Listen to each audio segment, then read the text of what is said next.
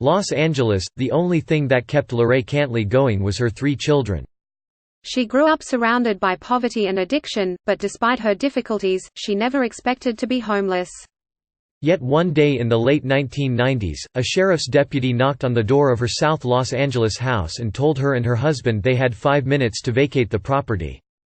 Cantley was stunned. She knew nothing about her husband's finances and had no idea he skimped on rent.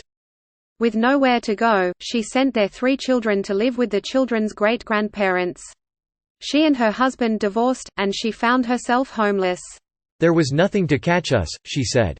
Cantley, 37, lived on the streets for 15 years.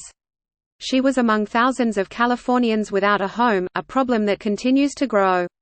Last year, homelessness rose 16% to 151,000 people.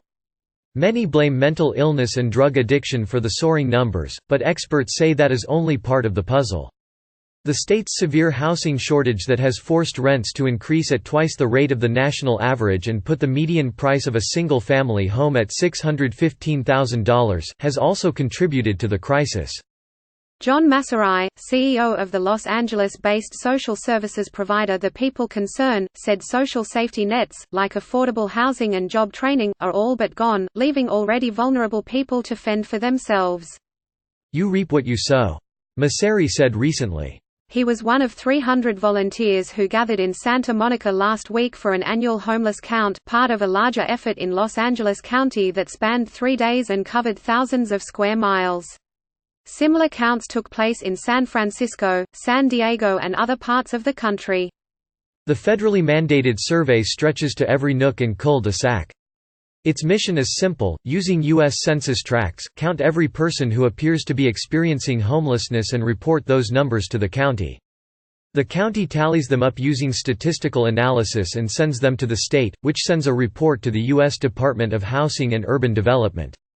Similar to the census, the federal government doles out resources based on these findings. Cities and counties with the most need typically get the most money. In Santa Monica, an idyllic coastal oasis in Southern California, the count took on the air of a community fair. Parking attendants ushered hundreds of people into St. Monica Catholic Church on a Wednesday night, offering warm drinks and snacks to volunteers who greeted one another. The crowd filled with local residents and city officials was thick with anticipation. Around 11 p.m., hundreds of volunteers, lawmakers and law enforcement officers embarked on what has become routine for the affluent community. The city was an early adopter of the count, said former mayor and current state assemblyman Richard Bloom.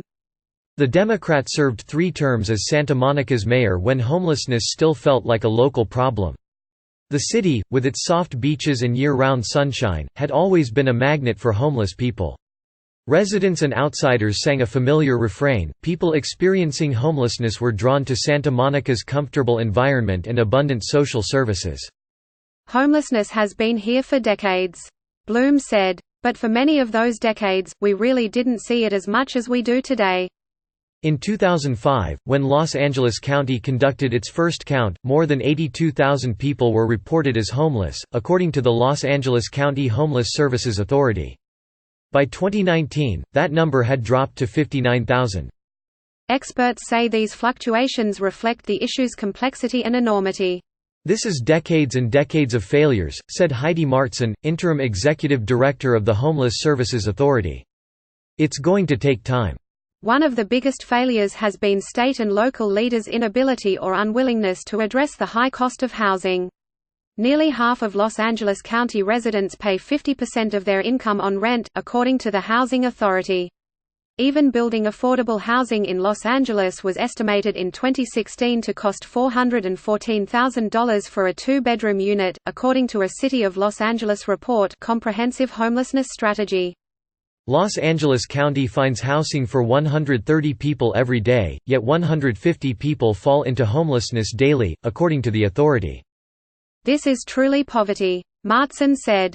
Two other factors repeatedly come up in discussions about homelessness in California: Governor Ronald Reagan signing the Lanterman-Petrus Short Act in 1967, which ended the practice of admitting patients into psychiatric institutions against their will, and Governor Jerry Brown reducing the prison population after a federal 3-judge panel ordered the state in 2009 to cut the inmate population by 46,000 people. Neither move came with social safety nets, such as job training and mental health treatment, to ensure these people would land on their feet, said Elise Orduna, Santa Monica's senior advisor on homelessness. "We needed to help people readjust to society," she said. Cantley said she first signed up for housing through the city in 1998, but didn't receive it until 2012. After spending more than a decade on the street, she found herself at odds with the walls and routines thrust on her. It took her 3 years of damage control to adjust, she said. She's not alone. In recent years, a new trend has emerged among service providers to pair formerly homeless people with support services.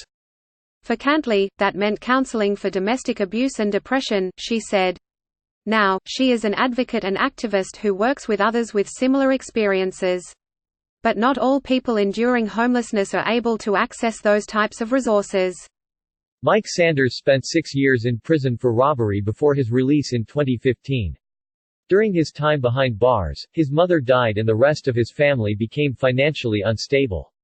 With no money and no job, Sanders, 43, became homeless. He slept on Skid Row in downtown Los Angeles for a while, but it was too dangerous, he said. Church steps and shelters felt safer. Eventually, he signed up for housing through the People Concern and found a stable home 3 years later, he said. Now, he lives in a former hotel near 5th and Spring Streets downtown, he said. "I love it," Sanders said of his home. "I don't have to share my room, my bathroom, with no one." Still, Sanders does not work. His income filters in through panhandling and the state's General Assistance Program. He spends his days circling downtown in a wheelchair, getting food and cash where he can. "Everything costs money," he said. "Nothing is free."